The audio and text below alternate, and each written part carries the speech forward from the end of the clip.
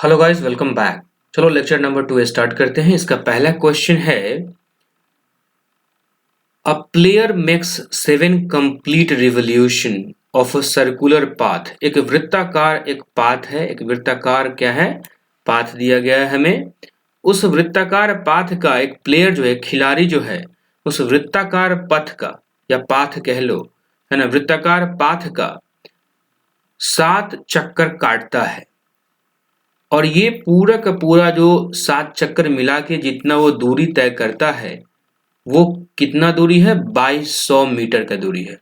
A player makes 7 complete revolution of a circular path to complete a race of 2200 metres. The radius of the circular path is. So देखो, actually question क्या है, मैं हिंदी में भी पढ़ देता हूँ। एक खिलाड़ी है भैया, एक खिलाड़ी है, मान लेते हैं कि ये खिलाड़ी है, ठीक है ना। ये एक वृत्ताकार गोले में, ठीक है ना, एक इसका चक्कर काटता है। कितनी बार चक्कर काटता है, 7 बार चक्कर काटता है। तो टोटल जो ये 7 बार चक्कर काटता है उसकी वैल्यू कितनी है, 2200, है ना। 2200 मीटर का रेस है और 7 बार चक्कर काटने से वो कंप्लीट हो जाता है। तो पूछ रहा है कि वृत्त का जो रेडियस है, यानी इस वृत्त का त्रिज्या जो है वो क्या होगा। तो आपको सबसे पहली बात ये पता होना चाहिए कि ऐसा क्वेश्चन जब आता है तो ये वृत्त है मान लो, और इसके चारों तरफ अगर प्लेयर अगर दौड़ रहा होगा, एक चक्कर मान लो काटता है, तो ये क्या कंप्लीट कर रहा है, इसके पेरिफेरी पे है, यानी कि ये वृत्त के चारों तरफ परिक्रमा कर रहा है, चक्कर काट रहा है। वृत्ताकार ग्राउंड हो सकता है, यानी कि पेरीमीटर है, पेरीमीटर है ये, ठीक है ना। सो वृत्त का जो पेरीमीटर होता है वो क्या होता है, वृत्त के चारों तरफ अगर हमें चक्कर काटना हो तो उसे क्या लिखते हैं, 2πr, ठीक है। ये वृत्त का चक्कर काटने का, एक बार चक्कर अगर काटता है तो ये 2πr घुमा होगा, ठीक है ना। यानी 2πr डिस्टेंस अगर ये कवर करेगा तो एक चक्कर हो गया वृत्त में। ऐसा कितना चक्कर मारता है ये, 7 चक्कर। सातों चक्कर क्या है, कंप्लीट है, तो 7 हमने लिख दिया। अब ये 7 बार चक्कर जो मारता है, इसकी इसकी वैल्यू कितनी है, 2200 मीटर की, ठीक है। अब देखो यहाँ पे हम क्या करेंगे, जब इसको खोलेंगे तो चूंकि मैंने आपको कहा है कि पाई की दो वैल्यू होती है, 3.14 और 22/7। अगर दशमलव में हो, दशमलव में खोल लो। जब वैल्यू इंटीजर में हो, रेडियस खासकर 7 या 7 का मल्टीपल हो, तो आप क्या करो, इसे 22/7 लिख दो। आर चूंकि हमें पता ही करना है, यहाँ पे 7 है, 7 से 7 कट जाएगा, बराबर कितना है, 2200। अब देखो 22 को डायरेक्टली इससे काट दो, 100 से कट जाएगा, 2 से ये कितना कट जाएगा, 50 कट जाएगा, यानी रेडियस कितना हो गया, 50 मीटर का रेडियस हो गया। तो सी आंसर हो जाएगा रेडियस, ठीक है।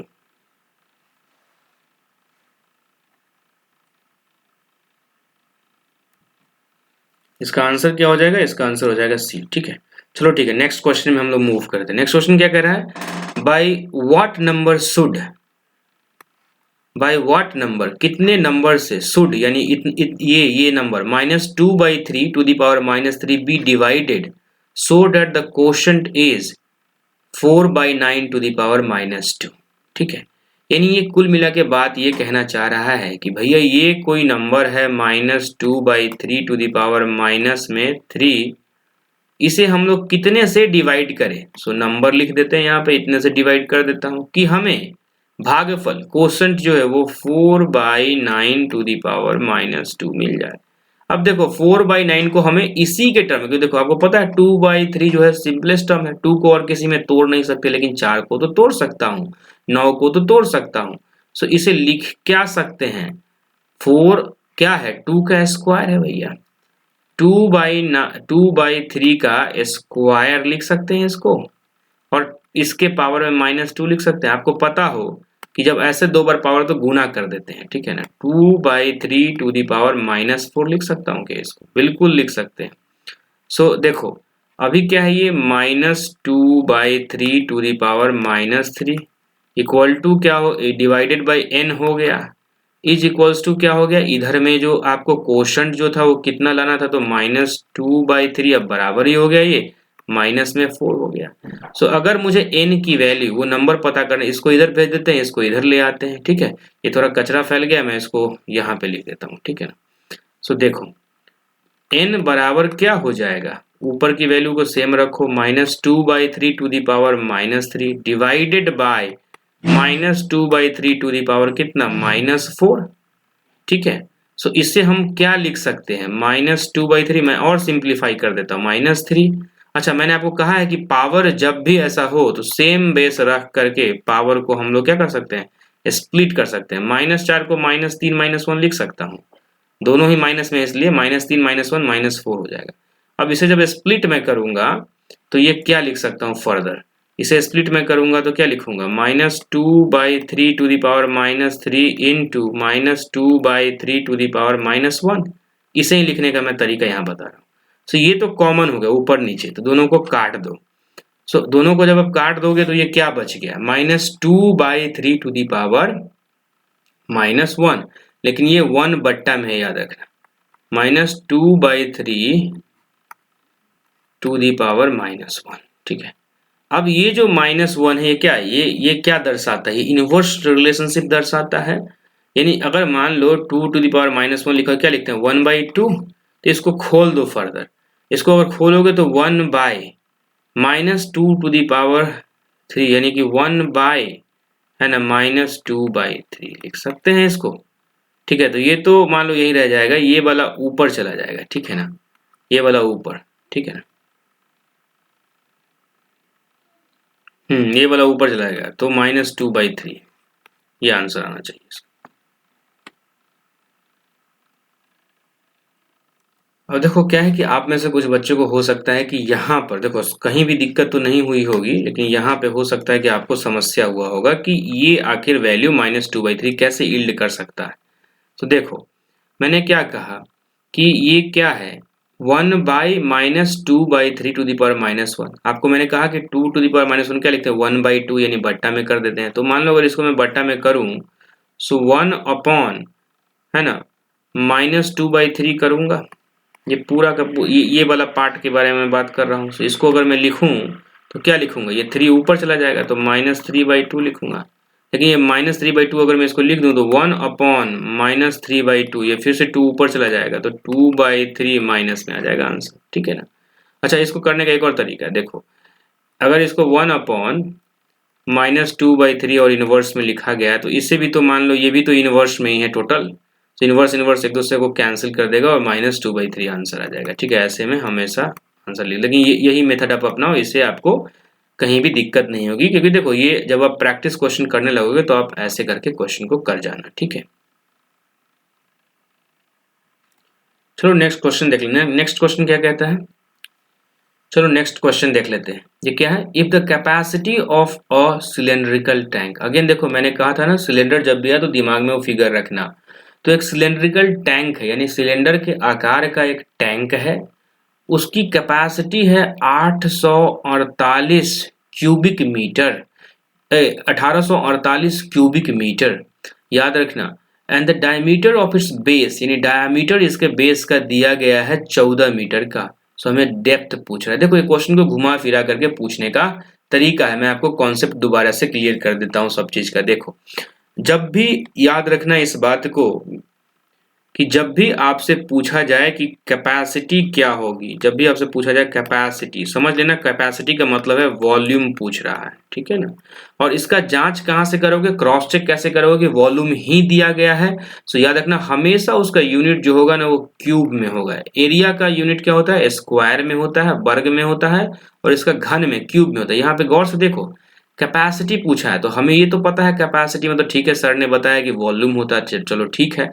एक सिलेंड्रिकल टैंक होगा और उस सिलेंड्रिकल टैंक का हमें क्या करना है, वॉल्यूम दिया गया है। तो ये टैंक है सिलेंड्रिकल और इसका हमें क्या कर दिया गया है, वॉल्यूम दिया गया है। ठीक है ना। वॉल्यूम कितना है, 1848। कंफर्म कैसे करेंगे, मीटर क्यूब, देख रहे हो क्यूबिक मीटर है, सॉरी क्यूबिक मीटर दिया गया है, यानी कि ये मीटर को 3 बार लिखा गया होगा भैया। ठीक है, एक होगा लेंथ, ब्रेथ, हाइट, या कुछ भी हो सकता है, यानी कि 3 बार जब लिखा जाए क्यूब में तो समझ लेना वॉल्यूम दिया गया। हमने क्रॉस चेक कर लिया, ठीक है वॉल्यूम ही है। Diameter of its base, base क्या है, ये है, और इसका डायमीटर यानी ये पूरा डायमीटर कितना दिया गया, 14 मीटर का दिया गया। यानी कि अगर हमें व्यास, आई गेस डायमीटर को व्यास कहते हैं। ठीक है, सो हमें रेडियस तो पता करना पड़ेगा, रेडियस यानी त्रिज्या पता करना। त्रिज्या क्या होता है, d/2, डी क्या है, व्यास है। ठीक है, डायमीटर है, तो 14/2 करेंगे तो 7 मीटर, तो हमारा क्या आ जाएगा, रेडियस, यानी त्रिज्या कितना हो गया, 7 मीटर, मतलब ये वाला पोर्शन 7। यानी देखो बेस का अगर त्रिज्या 7 का है तो ऊपर का भी त्रिज्या तो बराबर ही होगा 7 का, यानी बेस और टॉप दोनों का ही 7-7 मिलेगा, त्रिज्या हमें आ गया। डेप्थ पूछ रहा है, डेप्थ मतलब गहराई कितनी इस टैंक की होगी। गहराई का मतलब कुछ और नहीं, मैंने कहा ना घुमा फिरा के पूछना, गहराई का मतलब होता है हाइट क्या होगा, हाइट क्या होगा, ठीक है। तो हमें हाइट पता करना है और ये त्रिज्या हमने निकाल लिया है डायमीटर से, यानी कि व्यास से हमने त्रिज्या निकाली, डायमीटर से हमने रेडियस निकाल लिया है और पूरे टैंक का हमें वॉल्यूम दिया गया है। अब आपको वॉल्यूम का फॉर्मूला पता होना चाहिए। वॉल्यूम का फॉर्मूला अगर आपको नहीं पता है तो आप क्वेश्चन को नहीं कर पाओगे। सिलेंडर का वॉल्यूम जो होता है पाई आर स्क्वायर एच, ये होता है सिलेंडर का वॉल्यूम, ठीक है। पाई आर स्क्वायर एच होता है सिलेंडर का वॉल्यूम। तो अब इसे कैलकुलेट करते हैं। पाई की वैल्यू कितनी 22/7, आर की वैल्यू कितनी 7 × 7, एच की वैल्यू कितनी नहीं पता क्योंकि एच ही तो पता करना है, डेप्थ या हाइट। अब यहाँ पे है 1848, ठीक है। अब 7 से 7 तो ये कट जाएगा, ठीक है ना। अब देखो 22 है, 7 है और ये कितना है 1848 है। बहुत सारे महानुभाव क्या करेंगे 22 को 7 से गुना करेंगे फिर इसमें डिवाइड करेंगे, ये टाइम कंज्यूमिंग प्रोसेस है, ठीक है ना। हम सिंपली क्या कर सकते हैं इसमें, देखो यूनिट डिजिट को गुना करो, 22 में यूनिट डिजिट क्या है 2, 2 साथ कितना होगा 14, यानी कि 4 आएगा यूनिट प्लेस पे। यानी पक्का है कि 2 वाले किसी अंक से अगर मैं इसको गुना करूं तो यूनिट डिजिट पे क्या हो जाएगा, हमें 8 यील्ड करेगा और 8 ही यहाँ पे आंसर, यानी पक्का ये 12, क्योंकि कोई और ऑप्शन है ही नहीं। देखो तो ये हो नहीं सकता, ये हो नहीं सकता, मोर देन 1 हो नहीं सकता, तो या तो 12 होगा या नन होगा। नन वाला ऑप्शन नहीं रहता तो मैं सिर्फ 12 मार के निकल जाता, नन ऑफ द अबव है, हो सकता है कुछ भी ना हो। तो अब फिर आगे हमें बढ़ना पड़ेगा, ठीक है। लेकिन मैंने आपको शॉर्ट ट्रिक बताया है कि किस प्रकार से यूनिट डिजिट को मल्टीप्लाई करके आप अपना समय सेव कर सकते हो अगर नन ऑफ द अबव नहीं होता तो। लेकिन नन ऑफ द अबव चूंकि दिया गया है तो हम इसको चेक करेंगे, ठीक है।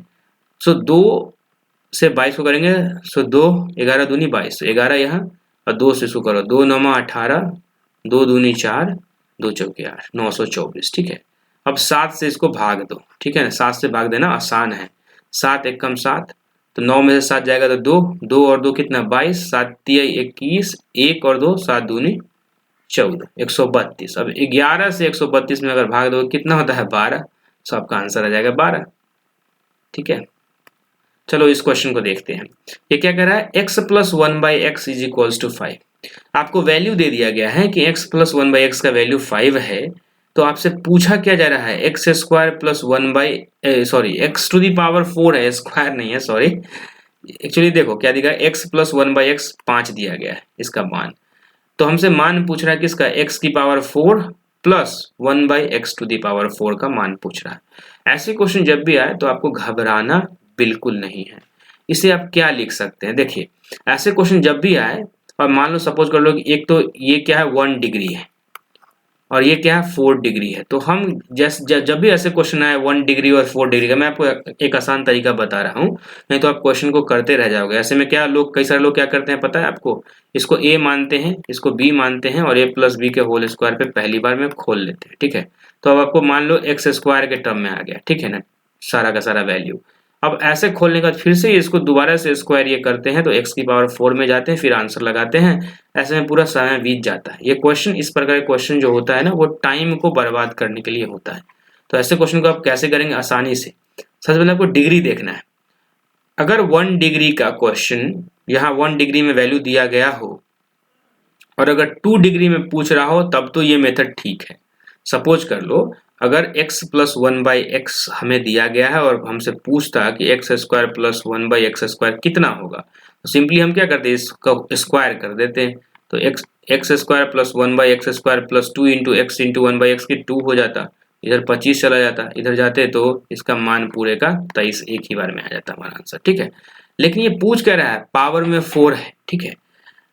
तो यानी कि ये 4 डिग्री, 1 डिग्री और 4 डिग्री, यानी 1 डिग्री में मान दे करके हमें 4 डिग्री का मान पूछा जा रहा है। 1 डिग्री से 2 डिग्री नहीं, सक्सेशन में अगर होता, मान लो 2 डिग्री में दिया जाए, 3 डिग्री का मान पूछ दिया, यानी कि दोनों के बीच का अंतर अगर 1 ही डिग्री का हो तब उसमें आप फॉर्मूला लगा के आराम से आंसर ले आओ। लेकिन अगर ये 1 डिग्री का है और यहाँ 4 डिग्री है, यानी अंतर 3 डिग्री का है ना, या 2 डिग्री का अंतर हो, तो इसके लिए आसान तरीका क्या है, क्यूब में ही पूछता तो उसका भी आसान तरीका होता है, और अगर मान लो ये 4 डिग्री में पूछा उसका भी आसान तरीका है। क्या करेंगे हम, देखो जब भी 1 डिग्री और 4 डिग्री में क्वेश्चन हो तो इससे 1 डिग्री ऊपर बढ़ो, इससे 1 डिग्री ऊपर बढ़ो, यानी 1 डिग्री को 2 डिग्री में ले जाओ, और इससे 1 डिग्री नीचे जाओ, यानी 4 डिग्री को 3 डिग्री में ले जाने का प्रयास करो, है ना। या सॉरी 4 डिग्री को आपको 2 डिग्री में तोड़ने का प्रयास करना है ऐसे क्वेश्चन, ठीक है। यानी कि दोनों को ही 2-2 डिग्री में तोड़ना है। बात आप समझ रहे हो मेरा? नहीं समझ रहे हो? दोबारा समझाता हूँ। देखो, अगर जैसे कि ये 1 डिग्री है, अगर सीधे 2 डिग्री का मान अगर पूछता तो सीधे a प्लस बी का होल स्क्वायर फॉर्मूला पे हम तोड़ देते, लेकिन 1 डिग्री से क्या पूछ रहा है? 4 डिग्री में पूछ रहा है। तो 4 डिग्री को भी हमें 2 डिग्री में तोड़ना है और 1 डिग्री से भी 2 डिग्री में जाना है। 2 डिग्री में तो जाना ही जाना है हर एक परिस्थिति में, ठीक है। सो मान लो अगर इसको 2 डिग्री बनाना हो, क्या करेंगे? हम स्क्वायर करेंगे, यानी कि x प्लस 1/x का अगर होल स्क्वायर कर दूं तो इधर भी हमें स्क्वायर करना पड़ेगा 5, क्योंकि दोनों साइड LHS और RHS यानी बाएं साइड और दाहिने साइड दोनों साइड हमें स्क्वायर करना पड़ेगा 5 का स्क्वायर। इधर क्या हो जाएगा? एक्स स्क्वायर, यानी a क्या x है तो x स्क्वायर, 1/x का होल स्क्वायर यानी 1/x square plus 2 into x into 1/x बराबर कितना? 25। ये तो कट जाएगा, तो x square plus 1/x square कितना? 25। अब इसको दोबारा से स्क्वायर अगर आप कर देते हो तो पावर में 4 आ जाएगा। ये करने मत बैठ जाना, बर्बाद हो जाओगे, ठीक है। इससे पीछे चले जाएगा। देखो यहाँ पे तो ये आसान है, मान लो स्क्वायर करोगे तो क्या हो जाएगा? ये मान लो कि 4 का पावर आ जाएगा, ये भी 4 का पावर, फिर से ये कट जाएगा, 2 आ जाएगा, 25 का इसका 625 हो जाएगा, -2 कर दोगे आपको आंसर आ जाएगा, ठीक है। लेकिन आपको ऐसे नहीं करना है क्वेश्चन को, यहीं पे आपको रुक जाना है, क्योंकि देखो यहाँ पे आपको क्या था? 23, सॉरी ये 23 आंसर है, 23 है। 23 का स्क्वायर आपको पता करना पड़ेगा, 23 का स्क्वायर, ठीक है ना। तो ये जो वैल्यू है पता करने के लिए 23 का स्क्वायर -2 कर दोगे तो आंसर हो जाएगा। तो 3 तिहाई 9, अब देखो यहाँ पर भी दिमाग लगा सकते हैं आपको, अगर जल्दी जल्दी करना हो। 3 तिहाई 9 -2 यानी कि यूनिट डिजिट पे 7 आना चाहिए, 7 कहाँ है? इसमें है, यानी कि यही आंसर होगा। सब कुछ चेक नहीं करना, पूरा कैलकुलेशन नहीं करना, मैं बार बार कह रहा हूँ, कॉमन सेंस आपको प्रयोग करना पड़ेगा। आपके आंख, मुंह, नाक, कान सब खुला रखो, ठीक है ना। अब देखो मैंने जो कहा था वो आसान ट्रिक क्या कहा था आपको, इधर से क्या करना है? आपको 1 डिग्री बढ़ना है। 1 डिग्री जब मैं बढ़ा तो हमें मान आ गया x square plus 1/x square का 23। इधर से क्या करना है? इसको तोड़ने का प्रयास करना है 2 डिग्री में। कैसे तोड़ोगे? एक्स स्क्वायर का स्क्वायर हो सकता है, ये 1/x स्क्वायर का स्क्वायर हो सकता है। बात समझ में आ रही है आपको? इसको लिखने का तरीका है ये। अगर मान लो इसको a square plus b square लिखूं तो x square plus 1/x square का स्क्वायर माइनस क्या लिख सकता हूँ? 2 इंटू ए इंटू बी यानी कि 2। इसकी वैल्यू कितनी है? 23। यानी देखो दोनों तरफ से करो, बात बराबर है, लेकिन मैं कह रहा हूँ कि अगर आप जैसे कि 60 डिग्री का मान देता, 6 डिग्री का मान देता, वहां पे आप कंफ्यूज कर जाओगे, 8 डिग्री का देगा, कंफ्यूज कर जाओगे। ऐसे करते करते कैलकुलेशन करो, लेंदी हो जाएगा। जब आप इधर से आगे बढ़ोगे, इधर से पीछे बढ़ोगे, आप आसानी से विजुअलाइज कर पाओगे। लेकिन आपको जैसे भी सुविधा आप करो, लेकिन अल्टीमेटली जब आप यहाँ पे आना, क्योंकि ये तो x square plus 1/x square की वैल्यू क्या थी? 23 थी, ठीक है ना। सो 23 का स्क्वायर -2 अगर करना हो तो आपको पता है 23 का स्क्वायर कितना होता है? 529 -2 कितना हो जाएगा? 527। लेकिन क्या हमें 23 का स्क्वायर करने की जरूरत है? मान लो सपोज कर लो यहाँ पे मुझे कहता कि 73 का स्क्वायर, सॉरी यहाँ पे मान लो मुझे 73 का स्क्वायर रहता, तो क्या मैं इसको निकालने जाता? मान लो 1173 का स्क्वायर आता, क्या मैं निकालने जाता? नहीं निकालता, सिर्फ यूनिट डिजिट को देखता। 3 तिहाई 9 यानी यूनिट पे तो 9 ही आएगा, -2 करूंगा यानी कि 7। जो भी ऑप्शन जिसके लास्ट में यानी यूनिट प्लेस पे 7 आएगा वही आंसर होगा। और ऐसे क्वेश्चन जो लेंदी होते हैं ना, उसमें यकीन मानो यूनिट डिजिट से आपका आंसर सॉल्व हो जाता है, क्वेश्चन सॉल्व हो जाता है। इसमें आंसर क्या हो जाएगा? 527। चलो अगला क्वेश्चन देखते हैं। अगला क्वेश्चन क्या कह रहा है? इफ 1/8 ऑफ नंबर इज 30, यानी कि 1/8वां भाग अगर किसी नंबर का, तो नंबर मान लेते हैं कि n है, और उसका 1/8वां भाग अगर 30 है, तो ये हमसे क्या पूछ रहा है? 62% ऑफ नंबर क्या होगा? उसी संख्या का 62% क्या होगा? तो पहले तो नंबर का 1/8वां भाग 30 है, यानी नंबर क्या है भैया? 240 है। अब इस नंबर का 62% बोला है, तो हम कर लेते हैं गुना भाग, ठीक है ना। हमने इसको काट दिया। अब बताओ मैं क्या 2 से 12, 2 से 5 कर दूं? कई सारे महानुभाव इसको क्या करेंगे? 2 12 और फिर 2 5 6 10 कर देंगे, और फिर 12 और 62 को गुना करके 5 से भाग देंगे। ऐसे टाइम लगता है बाबा। 10 जब भी हो कोई जरूरत नहीं है काटने का, जब तक कि डबल जीरो ना हो, ठीक है ना। एक जीरो में हो मत काटो, क्योंकि वो दशमलव में आसानी से फिट बैठ जाएगा। अब 24 गुना हमें क्या करना है, 24 गुना 62 करना है। अब बताओ 24 गुना 62 को कैसे कर सकते हैं आसानी से, सिंपल। आपको देखो, अगर मैं इसे कह दूं, लिख दूं 24 गुने 60 प्लस 2, ये थोड़ा मुश्किल हो जाएगा आपके लिए कैलकुलेट करना, क्योंकि देखो 24 का पहाड़ा हमें नहीं आता, लेकिन 20 का पहाड़ा आसानी से आता है। सो अगर मैं मान लो कि इसको ये लिखने की बजाय अगर मैं 24 को ही लिख दूं 20 प्लस 4 गुने 62, ऐसे लिख सकते हैं क्या? बिल्कुल लिख सकते हैं। ऐसे में भी अगर दिक्कत अगर हो कैलकुलेशन करने में, तो हम क्या कर देंगे, क्या करेंगे हम बताओ, इसको लिख देंगे डायरेक्टली, क्या लिखेंगे 20 प्लस 4 और जाएंगे, ठीक है ना, और 60 प्लस 2, ठीक है ना। अब गुना कर दो, अब गुना करना बेहद आसान है, ठीक है ना। डायरेक्टली गुना करने में क्या होगा, आपको विजुअलाइज नहीं होंगी चीजें, और ऐसे में आपको विजुअलाइज हो जाती हैं चीजें। तो देखो आपको पता है 20 और 60 में गुना करना आसान है, क्यों? क्योंकि 6 दूनी 12 और 2 जीरो डाल दिया। 20 को 2 से गुना करना आसान है, 40। अच्छा, आपको ये भी पता होना चाहिए कि 4 से 60 में गुना करना आसान है, 240, और 4 से 2 में गुना करना आसान है, 8। तो टोटल कितना हो जाएगा, 1200 प्लस 240 कितना, 1440 प्लस 40, यानी कि 1480 प्लस 8 1488, यानी कि हमारे पास क्या आ जाएगा 1488 डिवाइडेड बाई 10। इसको क्या कहेंगे, 148.8 विल बी द आंसर। कोई ऑप्शन है क्या ऐसा? हाँ जी है, ये हो गया, ठीक है। इसको क्लियर कर लेते हैं। चलो ये इस क्वेश्चन को देखते हैं, ठीक है। अब बैग कंटेन्स, एक झोला है भैया, एक थैला है, उसमें क्या है 5 रुपया है, ठीक है, फिर 2 रुपया भी है और 1 रुपया भी है, यानी कि 5 रुपए 2 रुपए और 1 रुपया के क्वाइंस है। किस रेशियो में है, 2:3:5 के रेशियो में रखा गया है। यानी कि 5 रुपया है, 5 रुपए के सिक्के हैं, 2 रुपए का सिक्का है और 1 रुपए का सिक्का है। ये किसी थैला में है, ठीक है ना, ये किसी थैला में है, ठीक है। सपोज कर लो ये एक थैला है, ठीक है ना, ये एक थैला है। इस थैले में क्या है, 5 रुपए का सिक्का है, 2 रुपए का सिक्का, 1 रुपए का सिक्का है, ठीक है। अब क्या करें, total value of all the coins, 5 रुपए का हो सकता है कि X सिक्का हो, इसका Y सिक्का हो, इसका Z सिक्का हो, ठीक है।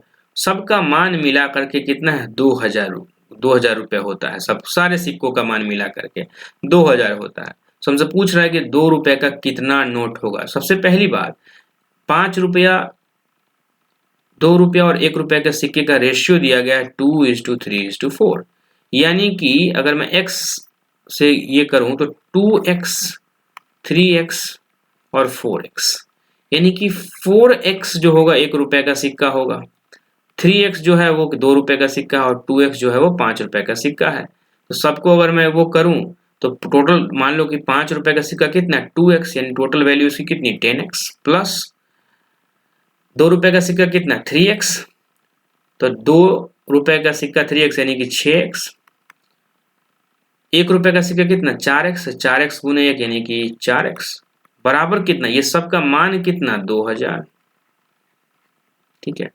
तो 10 6 16 16 4 20 यानी 20x बराबर हो जाएगा 2000, काट दो 2 से 100, यानी x की वैल्यू कितनी आ जाएगी 100, ठीक है। हमसे क्या पूछ रहा है, 2 रुपए का सिक्का, 2 रुपए का सिक्का कितना x था 3x था, यानी कि 3x की वैल्यू कितनी हो जाएगी 300। क्या इसमें से कोई आंसर हो सकता है? नहीं, none of the above will be the answer, ठीक है। ये भी हो गया।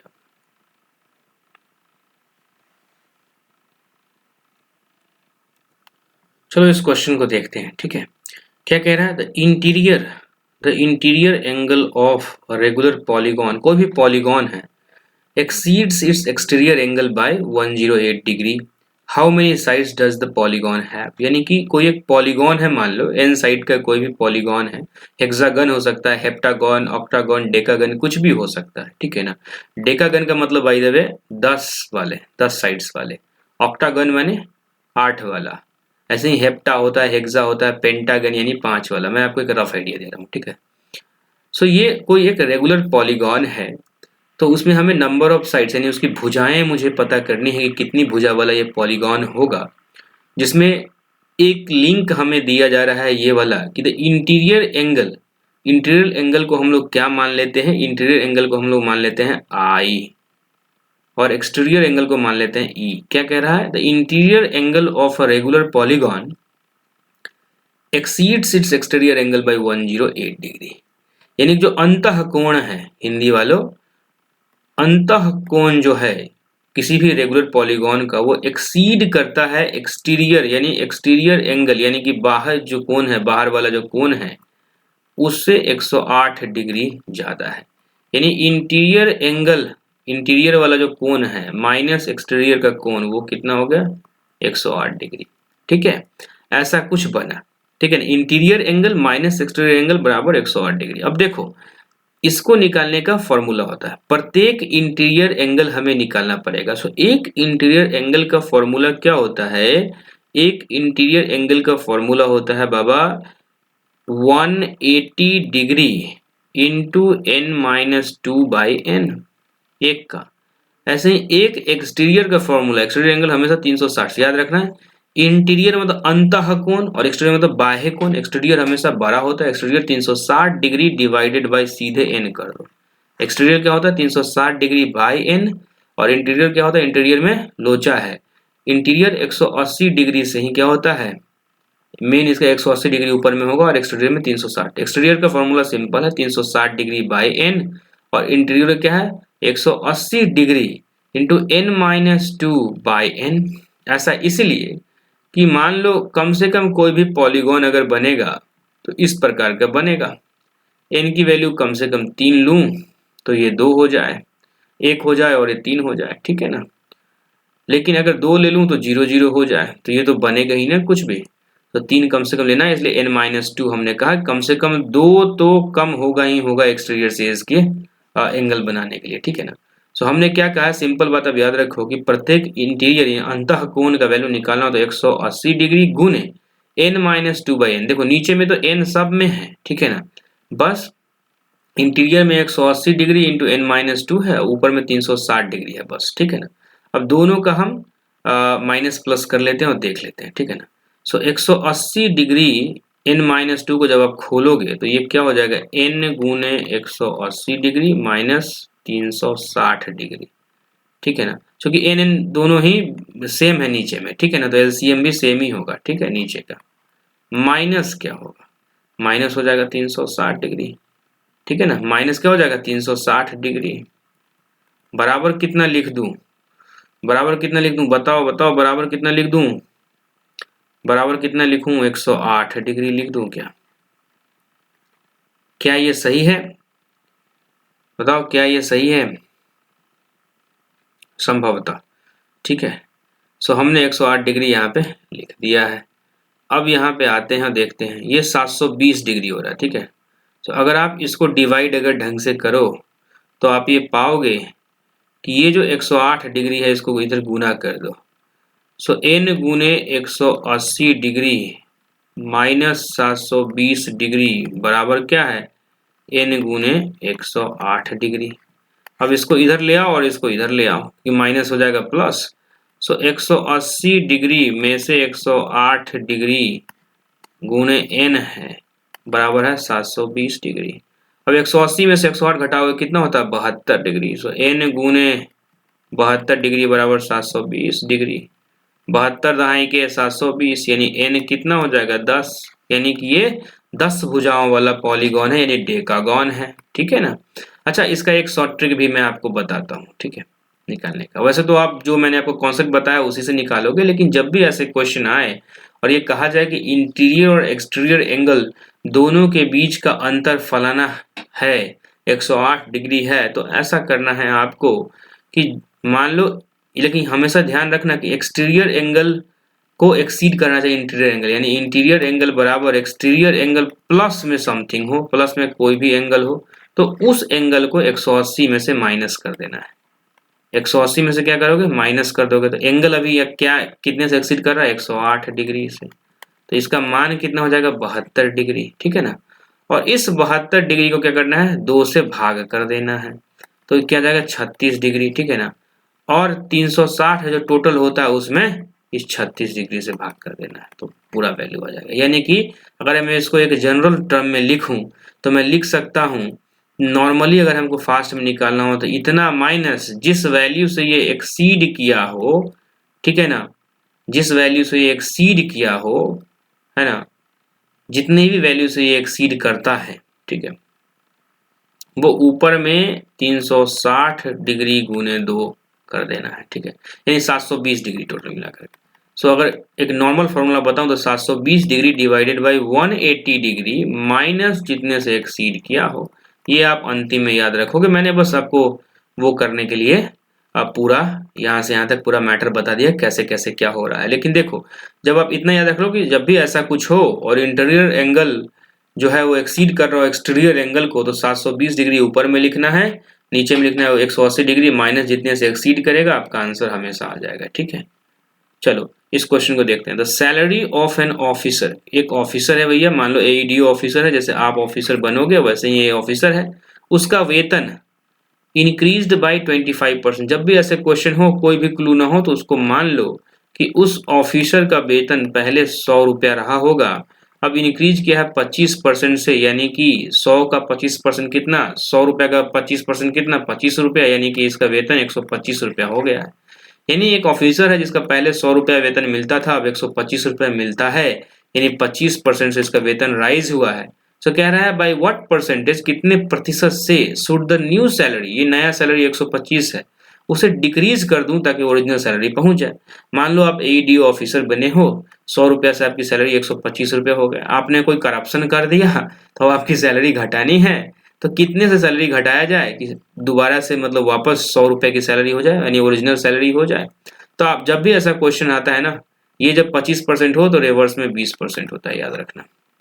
25 होता है तो 20 होता है, यानी कि कम हो जाएगा। अब कैसे निकालना है भैया, तो देखो इसको निकालने के लिए क्या करना है, वैसे तो मैंने आपको बता दिया, वैसे याद रख लो, नहीं तो देखो 125 से हमें 100 जाना है, 125 से 100 रुपए में जाना है, अंतर कितने का है, डिफरेंस कितने, देखो करने के बहुत सारे माध्यम है, फॉर्मूला ही बता दूंगा, लेकिन एक तो मैंने डायरेक्टली बता दिया कि ऐसे 25% इंक्रीज हो रहा है, दोबारा से 20% पे आएगा, ठीक है। लेकिन अभी देखो 125 से 100 जाना, यानी अंतर कितने का, 25 रुपया का। तो ये 25 रुपया जो है, ये 25 रुपया जो 125 का कितना परसेंट है, 25 पंचे 125, 5 से 20, यानी 20% है। ये आंसर ऐसे यहीं पे खत्म हो गया। अगर आपको ऐसे पता करने का शौक चढ़ा हुआ है तो मान लेंगे हम कि x% से क्या हो जाएगा, सैलरी डिक्रीज हुआ होगा x% से, ठीक है, x% डिक्रीज हुआ, वैल्यू कितना है 125, घटे मतलब डिक्रीज हो रहा है मतलब घटेगा, 125 में x% से घटेगा वैल्यू, ठीक है। तो ये बराबर किसके होना चाहिए, 100 के। बात समझ में आ रही है। इस 100 को इधर भेज दो और इसको इधर ले आओ, तो 125 में से 100 बराबर 125 गुने x/100। अब 125 में 100 जाएगा तो कितना, 25, 25 बराबर 125 गुने x/100, तो 25 पंचे 125, 5 से 20, तो x बराबर 20, यानी आंसर कितना आ जाएगा, 20%, ठीक है।